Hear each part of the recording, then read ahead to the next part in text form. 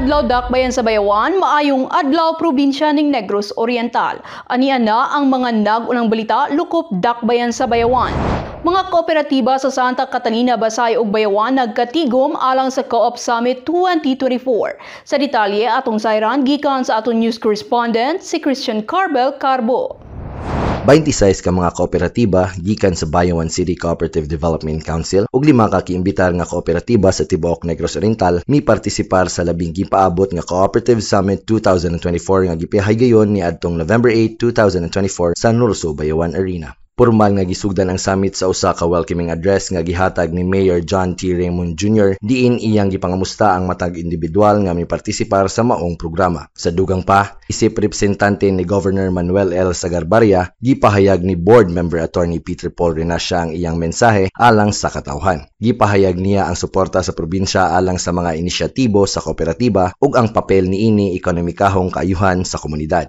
Gani, kini nga programa nahimong malampuson pinaagi sa paningkamot sa Bayawan City Cooperative Development Council ug sa lokal nga opisina sa Gamhanan o Con City Cooperative and Manpower Development Office. Ang maong event nagsilbi usab nga importanteng pagpangandam sa dakbayan sa Bayawan isip gipili nga host sa umalabot nga 2025 Provincial Cooperative Summit. Kini si Christian Carbel Carbo, Ibayaw Bayawan, kita ang Bayawan.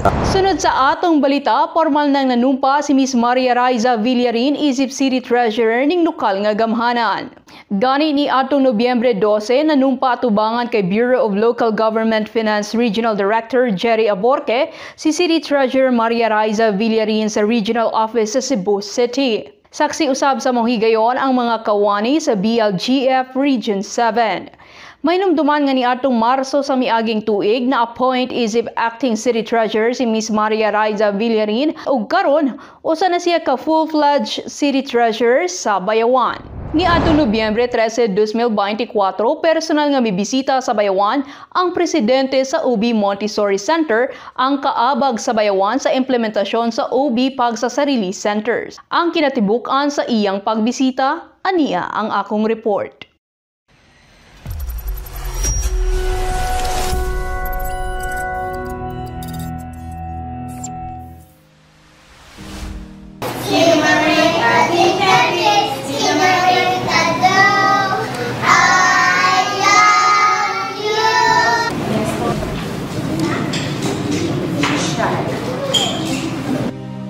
Ang pagtudlo sa maayong pamatasan ug paghulma sa matag usa kinahanglang sugdan samtang bata pa siya. 0 hangtod sa 4 nga panuigon sa bata ang crucial nga pangidaron sa ilang development. Kini ang panahon nga kung unsa ang ilang makatunan madala na sa ilang pagdako. Maong sa dakbayan sa Bayawan, gipangingusgan ang pagtukod og Montessori type early childhood care and development centers. Sa maong pasilidad, kumpletong ginatudlo sa mga bata ang kinahanglan nilang makatunan dili lamang sa akademyang aspeto, apil na ang pagkaton sa mga life skills ug pagdiskubre sa ilang mga talento. Gani dili lamang insaktong pasilidad ang gisigurong maestablisar sa Bayawan, kundi apil na ang pagbutang og mga magtutudlo nga nagtraining pa og pila ka bulan sa OB Montessori Center sa Manila aron aduna sila insaktong kapasidad nga motudlo sa ECCD centers. Og ni adtong Nobyembre 13, 2024, personal nga gibisita ni Sara Sullivan de Guzman, ang presidente sa OB Montessori Center, ang mga ECCD centers dinhi sa Bayawan aron pagsiguro sa insaktong implementasyon sa maong programa. Sa iyang pagbisita, iyang gidayig ang hapsay ug pinasahing implementasyon sa dakbayan sa OB Pagsasarili program, ilabi na sa dakong suporta nga gihatag ni Mayor Raymond aron mapadayon ang maong programa. So, unang-una yung mayor nyo, napaka-progresibo ang pag-iisip niya. I think dedicated talaga siya dun sa programa. Even the previous mayors, they're very serious with this program. How could it have lasted this long and continuing to grow? Because from one site, now you have 11 and then you plan to have 28. So, yun, importante yung leader. No, yung vision niya. And then yung mga tumutulong doon, yung mga women behind DSWD programs, behind the LGUs, sila magsusustain. Sino ba naman ang aayaw na meron siyang sariling schoolhouse, na may garden, may playground, may facilities para sa parents rin at sa teachers. Tapos ang ganda ng classroom, very well equipped. I'm surprised on the way they are able to maintain the Montessori materials, which are very specific, very scientific, na hindi naman pwede kung ano-ano lang ilalagay nila dyan. Kung ano yung sinabi namin na gagawin, in-implement nila ng maayos. In fact, sinabi nga sa akin kanina na all of the OB Pagsasarili ECCD sites are accredited 5-star. Diba? Ang ganda nun, diba? So, it's a very good accomplishment for this community and I congratulate them. Natutuwa ako na pinaprioritize nila ang early childhood education.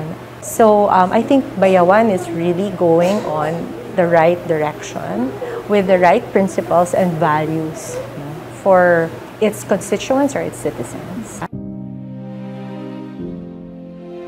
Sa karon ana-ana sa 11 ka OB Pagsasarili ECCD centers sa Bayawan ug padayong paningkamutan sa mahaning dakbayan Mayor John T. Raymond Jr. nga ang tanang barangay ilabi na sa kabukirang dapit mabutangan og susamang pasilidad.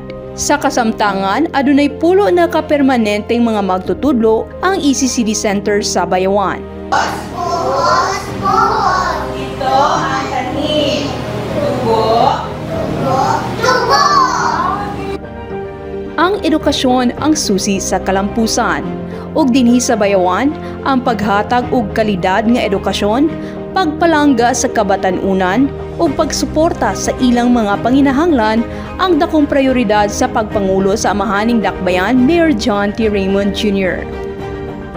Matod pa sa panultihon, the youth of today are the leaders of tomorrow. Makita usab ninyo ang maong episode sa Phil Products Cable TV Channel 6. Ug mao kato ang mga balita nga nakalap sa miaging semana. 36 days na lang, Pasko na. Kini si Judah Nipeño, dagang salamat, Ibayaw Bayawan, kita ang Bayawan.